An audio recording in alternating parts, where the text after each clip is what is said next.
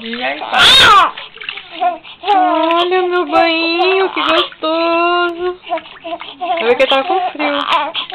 Foi de bruxa, ele para. Por que será? Ele gosta de ficar assim. Segura a barriguinha, né? Aí eu já lavo aqui os dois lados já. É muito pequenininho. Ai, chegou. O duro é quando você acaba de dar banho, ele vai lá e... Aí você tem que dar banho de novo. Xixi na toalha.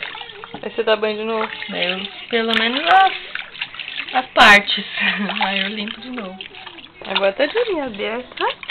Ai, que gostoso. Oh, meu Deus do céu, tô olhando. Ai, aqui, olha a titia aqui. Olha que gostoso. Parou e tá olhando pra mim. Olha que banho gostoso. Que delícia. Que gostoso. Olha só, que gostoso. Agora tá com o olhão aberto. Então já ele chora de novo, tirar ele daqui. Ah, é? Tirar dele chora. Aí ele não gosta mais. Sem vergonha. Oh, que gostoso. E você só dá banho nessa posição? Não, de frente às vezes também. Mas eu prefiro assim que ele fica quietinho.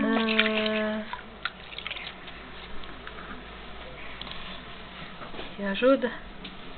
Caiu aqui, mas já caiu.